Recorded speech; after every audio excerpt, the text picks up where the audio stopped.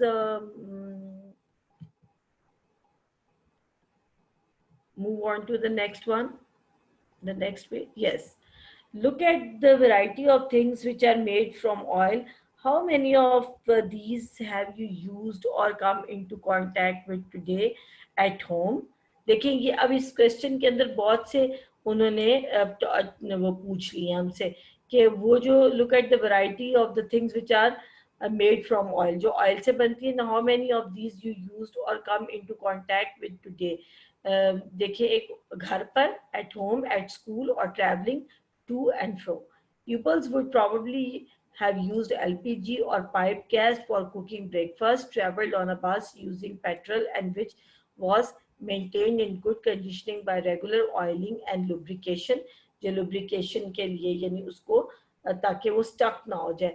They may be wearing some of makeup, their clothes would be dyed. اور یہ پورا answer جو ہے یہ آپ اس کو دیکھیں کہ بسز میں بھی یوز ہوتا ہے.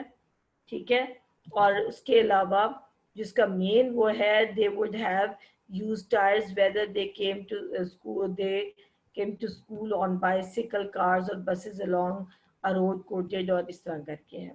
ٹیچر نیکسٹ دکھا دیجیے جی. why do you think is coal not commonly used? discuss the reason. اچھا یہ اب کیوں نہیں commonly used ہوتا؟